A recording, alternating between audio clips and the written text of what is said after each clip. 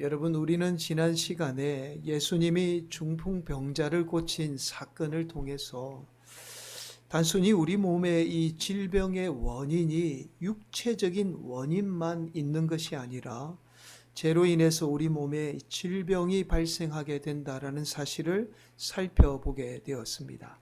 죄로 인해서 발생하는 우리 몸의 질병은 오직 예수님의 보혈의 능력으로 고칠 수 있습니다. 또한 우리 몸의 질병뿐만 아니라 죄로 인해서 발생하는 우리 인생의 문제마저도 오직 예수님의 보혈의 능력만이 우리를 고칠 수 있습니다. 심지어 예수님은 죄로 인해서 발생할 질병이나 문제를 미연에 막아주시는 분이에요. 세상의 의술은 우리 몸에 문제가 발생했을 때 고칠 수 있지만 오직 예수님의 보혈의 능력은 우리 인생에 일어날 문제나 질병마저도 고쳐주게 됩니다. 사랑하는 성도 여러분, 오늘도 우리의 상처를 만지고 고쳐주시는 예수님의 보혈의 능력이 저와 여러분 삶 가운데 흐르기를 예수님의 이름으로 간절히 축원을 드립니다.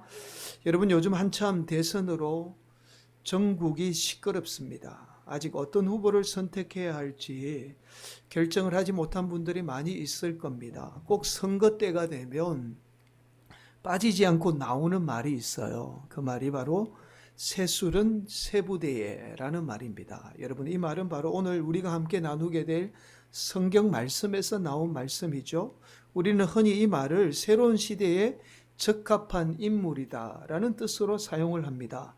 그러나 오늘 본문에서 말씀하는 새술의 새부대에라는 말씀은 정확하게 말씀을 드리면 우리가 알고 있는 새로운 시대에 적합한 인물이라는 뜻의 말씀이 아닙니다. 자, 사랑하는 성도 여러분, 오늘 말씀을 통해서 우리 주님이 우리에게 무슨 말씀을 하는지 그 의미를 깨달아 오늘 말씀을 통해서 새롭게 변화되는 은혜가 임하기를 간절히 축복합니다. 여러분, 우리가 세례 요한하면 여자가 낳은 자 중에 가장 큰 자라는 이 예수님으로부터 칭찬을 받은 인물로 알고 있습니다.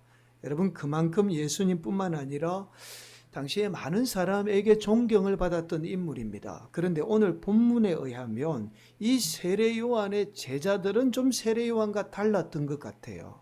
세례 요한의 제자들이 예수님의 제자들이 금식하지 않는다는 이유로 지금 예수님과 논쟁을 벌이고 있습니다. 여러분, 14절이죠. 그때에 요한의 제자들이 예수께 나와 이르되 우리와 바리새인들은 금식하는데 어찌하여 당신의 제자들은 금식하지 아니하나이까. 자, 오늘 본문의 14절에 의하면 우리와 바리새인들은 금식하는데 라고 말씀하죠. 여러분, 당시 유대인들은 반드시 1년에 2차례 금식을 하게 법적으로 규정을 하고 있어요. 첫 번째는 이제 나팔절이라고 해서 유대인의 달력은 지금 우리와 태양력하고는 조금 다릅니다. 유대인의 달력으로 7월 1일 날 금식을 해요. 나팔을 불면서 금식을 선포합니다. 그래서 이 날을 나팔절이라고 그렇게 이야기하죠. 또한 속죄일이라고 해서 7월 10일이에요. 정확하게 하면 이제 대속죄일이라고 합니다. 이 날도 금식을 해요. 1년에 딱 2번은 무조건 법적으로 정해져 있는 거예요. 금식을 하게 되어 있습니다. 자, 그런데 이 세례 요한의 제자들이나 바리새인들은 여기에 그치지 않고 매주 월요일과 목요일에도 금식을 하게 돼요. 자, 오늘 본문에서 세례 요한의 제자들이 예수님의 제자들이 금식하지 않는다라고 말한 것은 바로 오늘 이 세례 요한의 제자들이나 바리새인들이 했던 월요일과 목요일의 금식을 말해요. 그러니까 너네들은 왜 우리는 월요일 목요일도 금식하는데 너희들은 경건하다라고 말하는 예수님의 제자이면서 왜 월요일과 이 목요일에 금식을 하지 않느냐라는 말이죠.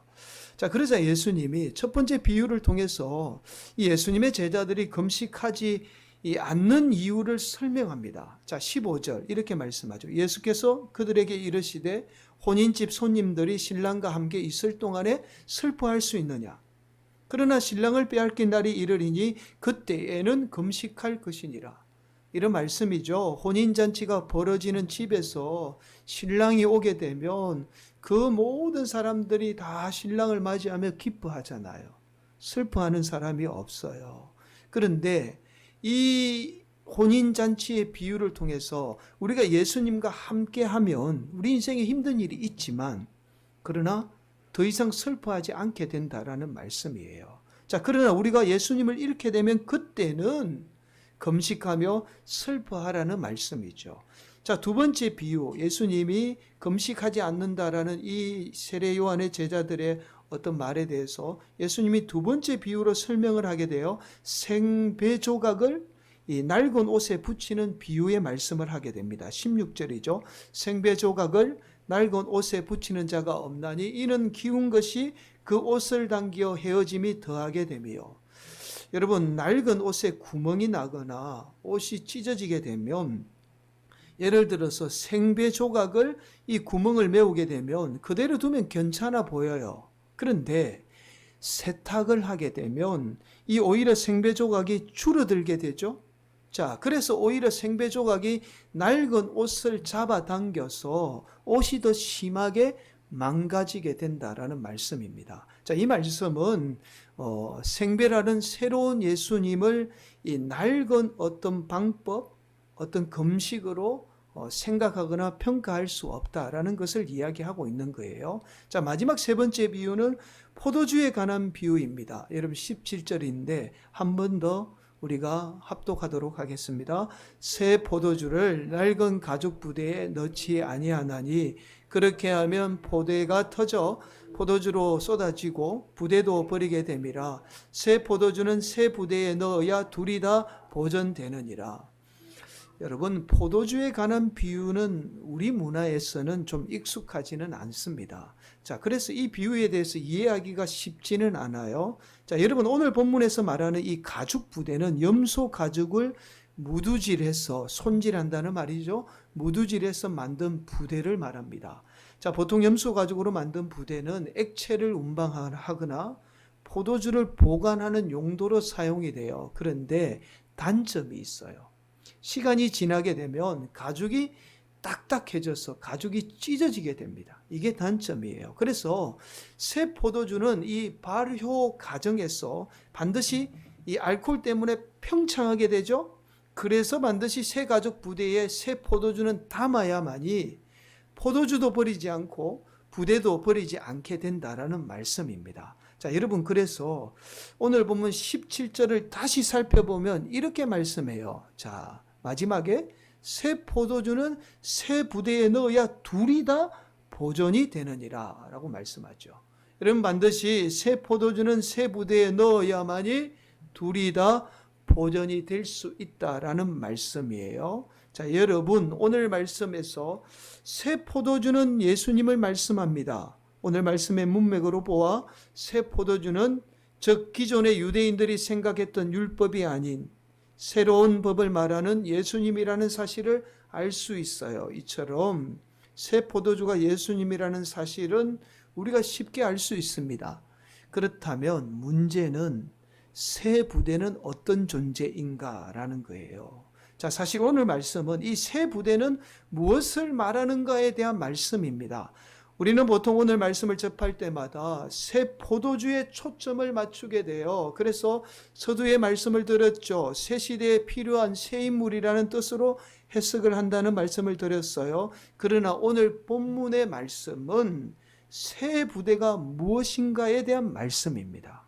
자, 먼저 우리는 새 부대가 무엇인가, 무엇을 말하는가를 알기 위해서 금식을 주장했던 오늘 본문에 나오는 이 요한의 제자들과 바리새인들이 어떤 존재인가에 대해서 알아야 합니다. 자, 먼저 요한의 제자들에 대해서 좀 살펴보도록 하겠습니다. 요한의 제자들은 쿰난 공동체라고 불립니다.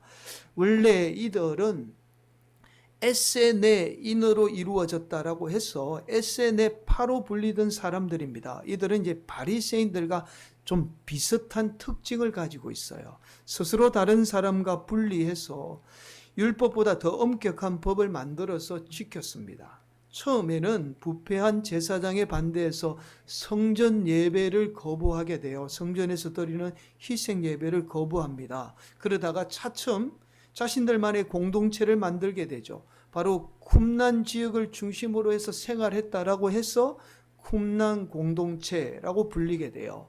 이들의 특징은 철저하게 금욕적인 생활을 합니다. 심지어는요, 결혼도 하지 않아요. 사막 한가운데서 수도 생활을 했던 사람들로 알려져 있습니다. 중세 수도원 운동의 뿌리라고 보시면 돼요. 우리가 잘 알고 있는 세례 요한이 바로 이 공동체를 이끌던 지도자 중에 한 사람이죠. 이들은 무엇보다도 자신의 노력과 경건으로 구원을 받을 수 있다는 생각을 가진 사람들이라고 보시면 돼요. 그러니까 우리가 열심히 노력해서 구원받을 수 있고 우리가 열심히 노력하면 행복해질 수 있다라고 생각했던 사람들입니다. 그래서 끊임없이 금욕적인 생활을 하게 되었던 거죠.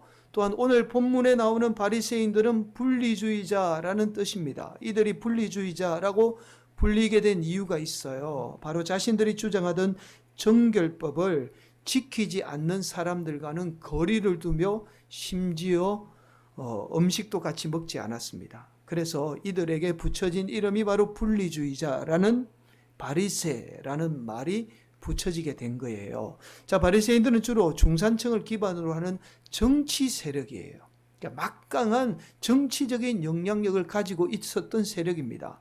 역사학자 요세푸스에 의하면 예수님 당시 약 6천 명에 이를 정도로 막강한 영향력을 가졌던 세력이죠. 이들은 막강한 영향력을, 권력을 이용해서 주로 토라를 엄격하게 지켰을 뿐만 아니라 이 구약의 토라, 율법을 확장해서 장로들의 전통마저, 전통이 뭐예요? 입으로 전해져 오는, 성경 외에 있는 입으로 전해져 오는 그것마저도 법으로 규정을 해서 지켰어요. 근데 자신들만 지킨 게 아니라 막강한 어떤 정치적인 영향력으로 이걸 법으로 만들어서 타인마저도 이 법을 지킬 것을 강요하게 됐습니다. 이걸 지켜야 구원받을 수 있고 이걸 지켜야만이 행복해질 수 있다라고 강요했던 사람들이 바로 바리새인들이에요. 즉 그러니까 이 바리새인들은 어떤 제도나 법을 잘 지켜야만이 구원받을 수 있다라고 생각했던 부류의 사람들입니다. 자, 여러분, 결국 오늘 본문에서 세 부대는 자신의 노력이나 어떤 세상이 말하는 제도나 법을 따르는 존재가 아니라 오직 새 포도주인 예수님의 다스림을 받는 존재가 바로 새 부대다라는 사실을 지금 말씀하고 있어요. 여러분, 우리가 예수님의 다스림을 받는 문제가 왜 중요한가라고 생각할 수 있습니다. 자, 우리가 예수님의 다스림을 받게 되면 우리 안에 성령님이 거하며 그 성령님이 우리를 다스리게 돼요. 자, 성령님이 우리를 다스리게 되면 놀라운 일이 일어납니다. 그게 뭐냐면 우리가 날마다 새로워져요. 자, 결국 오늘 본문에서 새 포도주는 새 부대에 담아야 둘 다 보존이 된다라는 말씀은 바로 우리가 예수님의 다스림을 받게 될 때 우리 안에 성령님이 거하게 되고 그 성령님으로 말미암아 우리가 날마다 새로워져요. 그 새로워진 우리로 말미암아 예수님 또한 저와 여러분 인생 가운데 살아서 역사하게 된다라는 말씀입니다. 이 말씀이 바로 새 포도주는 새 부대에 담아야 둘이 다 보존이 된다라는 말씀이에요. 자, 다시 정리하면 이렇습니다. 우리의 노력이나 세상이 만든 법이 아닌 오직 예수님으로 인해서 우리가 성령님의 다스림을 받게 될 때에 우리는 날마다 새로워지는 존재가 된다라는 말씀이죠. 그래서 예수님이 오늘 본문에서 포도주에 관한 비유의 말씀을 하고 있는 거예요. 여러분, 포도주는 잘 모르지만 시간이 지나면 지날수록 좋은 포도주가 됩니다. 그래서 몇십 년 산 이런 포도주가 비싸잖아요. 시간이 지나면 지날수록 새로운 맛을 내기 때문에 그래요. 자, 오늘 본문에서 우리 성경은 포도주라고 말씀합니다. 그러나 정확하게 말씀을 드리면 오늘 본문에서 말하는 포도주는 와인을 말해요. 여러분, 포도주와 와인은 조금 다른 개념입니다. 자, 포도주는 포도의 껍질을 포함해서 포도 전체로 술을 빚는 것을 포도주라고 말하지만 와인은 오직 포도를 짜서 그 즙만으로 만드는 술을 말해요. 오늘 본문에서 말하는 이 포도주는 와인을 말합니다. 그래서 와인의 경우는 시간이 지나면 지날수록 어떻게 해요? 좋은 포도주, 새로운 맛을 내는 와인이 되는 거예요. 결국 우리가 예수님으로 인해서 날마다 새로워지게 되면 마치 와인과 같이 시간이 지나면 지날수록 어떤 존재로요? 우리는 날마다 새롭고 좋은 존재로 거듭나게 된다라는 사실을 지금 말씀하고 있어요. 여러분, 우리가 예수님으로 인해서 날마다 새로워진다는 사실이 중요한 것이, 우리가 사는 세상의 모든 생물이나 물질은 시간이 지나면 반드시 어떻게 해요? 낡아지게 돼요. 우리도 마찬가지죠. 시간이 지나면 저와 여러분 늙어지게 됩니다. 우리 지금 아이들이 함께 예배드리지만 10대 때 20대 때 젊음이 영원할 것 같았잖아요. 근데 어느 한순간 돌아서 보니 우리도 이제 늙어 있는 거죠. 시간이 우리를 늙게 만드는 거예요. 모든 자연에 존재하는 것은 시간이 지나면 다 늙어지게 되어 있어요. 이것을 물리학에서는 엔트로피라고 합니다. 이 세상에 존재하는 모든 것은 무질서한 상태로 흘러가게 되어 있어요. 그러나 오직 예수님으로 인해서 성령님의 다스림을 받는 인생은 세상의 엔트로피의 법칙을 거슬려서 비록 우리의 육체는 낡아지나 우리의 영혼은 날마다 새로워지게 됩니다. 여러분들도 잘 아시겠지만 사람은 육신만 늙는 게 아니에요. 반드시 우리는 시간이 지나면 지날수록 우리의 욕심에 의해서 우리도 악해져요. 그러니까 나쁜 쪽으로 변화됩니다. 그냥 그대로 두면 인간이 좋은 쪽으로 변화될 것 같은데 절대로 그렇지 않아요. 우리는 그대로 두면 악한 쪽으로 변화되게 되어 있어요. 오직 새 포도주인 예수님으로 인해서 성령님의 다스림을 받을 때 우리는 날마다 새로워지게 돼요. 그래서 고린도후서 4장 16절에 이렇게 말씀합니다. 그러므로 우리가 낙심하지 아니하노니 우리의 겉사람은 낡아지나 우리의 속사람은 날마다 날로 새로워지도다. 사랑하는 성도 여러분, 세상은 여전히 나의 노력과 내가 열심히 노력하거나 아니면 우리 인간이 제도를 잘 만들게 되면 우리 인간을 선한 방향으로 이끌 수 있다라고 그렇게 말해요. 쿰난 공동체나 바리새인들이 가졌던 생각을 여전히 세상은 가지고 있습니다. 그러나 우리 인간의 노력은 반드시 욕심에 의해 이끌리게 돼요. 여러분, 나의 노력은 반드시 이 나라는 욕심에 의해서 이끌리게 되어 있습니다. 그래서 나의 노력으로 우리는 행복해질 수도 없을 뿐더러 선한 방향으로 흘러가지 않아요. 또한 세상이 만든 제도나 법이 우리를 행복하고 안전하게 만들 거라고 생각하죠. 그러나 세상이 만든 제도나 법은 반드시 특정 집단의 이익을 우선시할 수밖에 없어요. 여러분, 오늘날 우리가 만든 제도나 법이 가난하고 소외된 사람들을 위해서 존재하는 것처럼 보여도 사실은 가진 자를 보호하기 위해서 만들어진 제도나 법에 불과합니다. 여러분, 제도나 법을 만드는 것은 그 안에는 타인을 통제하고자 하는 인간의 아주 무서운 욕망이 숨겨져 있어요. 교회도 마찬가지입니다. 여러분, 교회에서 어떤 규칙을 만들고 법을 만드는 것은 사실은 성도를 통제하고자 하는 인간의 욕심이 그 안에 있는 거예요. 그래서 절대로 세상이 만든 법이나 제도가 우리 인간을 행복하게 할 수 없습니다. 여러분, 그래서 우리가 예수님으로 인해서 새로워진다라는 것은 우리 인생이 행복해질 수 있다라는 의미를 지금 내포하고 있어요. 단순히 우리가 새로워져야 된다, 예수님으로 인해서 새로운 존재가 되어야 된다라고 말씀하는 게 아니라 우리가 새로워질 때에 우리 인생은 행복해질 수 있다라는 것을 지금 말씀하고 있는 거예요. 우리가 새 포도주인 예수님으로 인해서 우리가 다스림을 받을 때 우리는 새로워질 수 있고 그 새로워짐으로 말미암아 우리는 이 땅에서 진정한 행복한 존재로 살아가게 됩니다. 그래서 예수님이 첫 번째 비유에서 혼인집 잔치에 관해서 비유로 지금 말씀하고 있어요. 우리가 예수님의 다스림을 받을 때 우리는 늘 예수님과 함께하는 혼인집의 신부와 같이 기쁨을 누리게 된다라고 말씀하죠. 혼인집에서 기뻐할 수 있는 것도 오직 신랑이신 예수님으로 말미암아 새로워질 때 우리는 기쁨을 누리는 인생, 행복한 인생이 됩니다. 여러분, 그래서 요한복음에 의하면 예수님이 가나의 혼인잔치에 첫 번째 이적을 행하게 되죠. 요한복음에서는 이 가나의 혼인잔치에서 물이 포도주로 변한 이 이적을 첫 번째 이적이라는 사실을 강조해요. 그 이유가 있어요. 여러분, 예수님과 제자들이 가나의 혼인잔치에 초대를 받아 참석하게 됩니다. 혼인잔치가 한참 무르익을 즈음에 포도주가 떨어지게 돼요. 우리의 상식으로는 쉽게 다른 술로 대처하면 되는 문제입니다. 그러나 당신은 쉽게 술을 구할 수 있는 시대가 아니에요.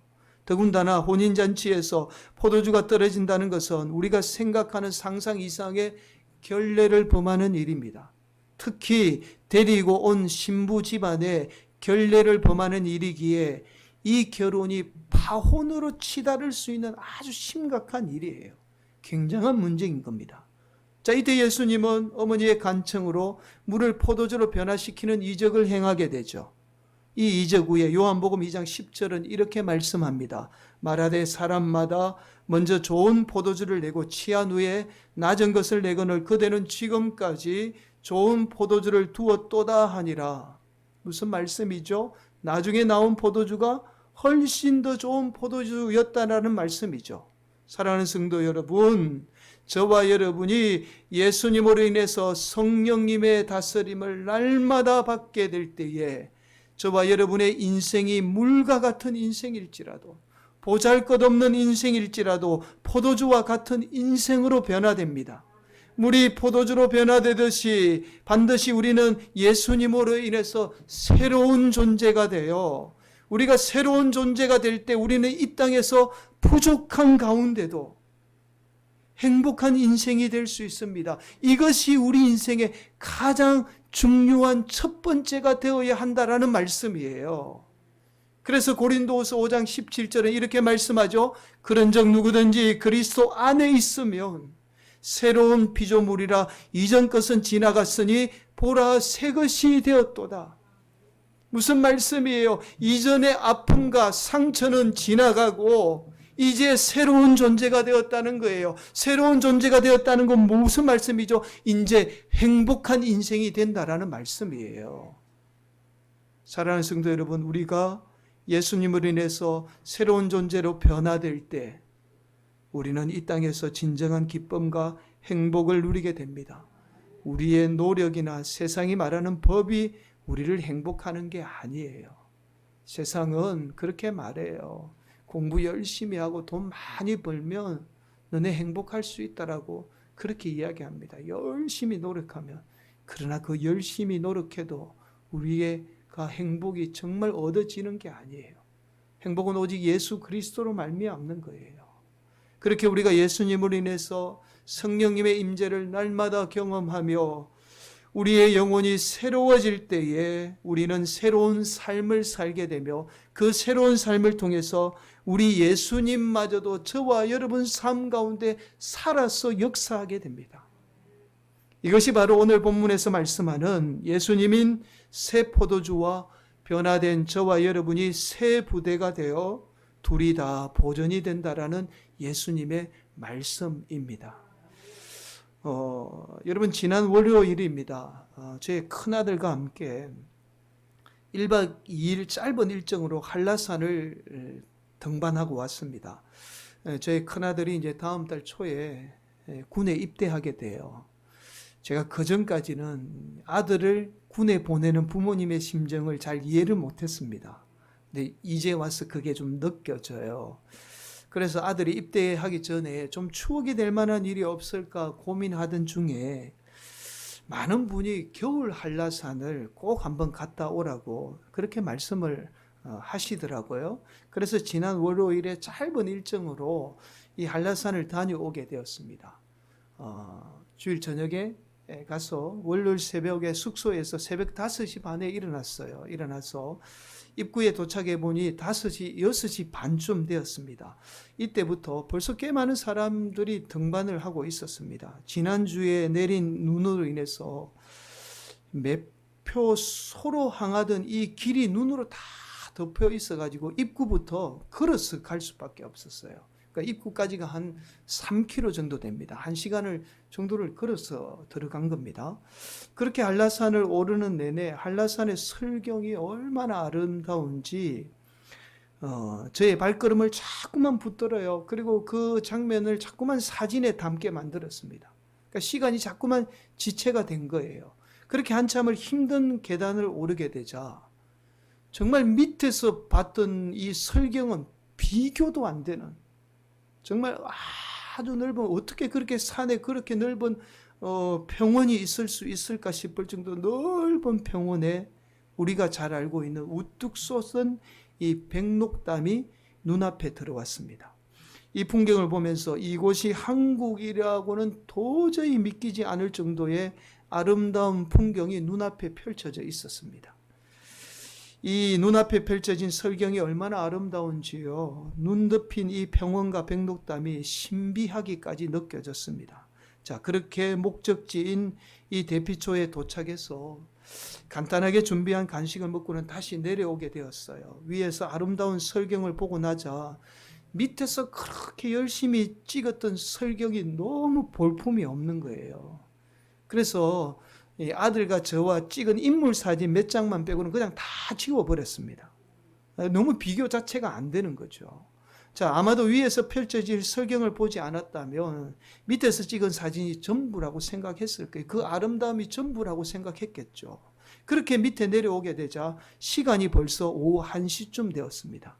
그러니까 위에 펼쳐진 이 설경을 상상조차 하지 못한 채 밑에서 너무 사진을 많이 찍은 탓에 시간을 너무 많이 허비하게 되었던 거예요. 이때 마침 이제 막 한라산을 오르는 사람들이 눈에 들어왔습니다. 자, 그들도 저와 같이 처음 만나는 이 한라산의 설경에 취해서 열심히 사진을 찍고 있더라고요. 그러면서 한 분이 하시는 말씀이, 야, 여기도 좋은데 굳이 위에까지 힘들게 올라갈 이유 있나? 올라가지 말자.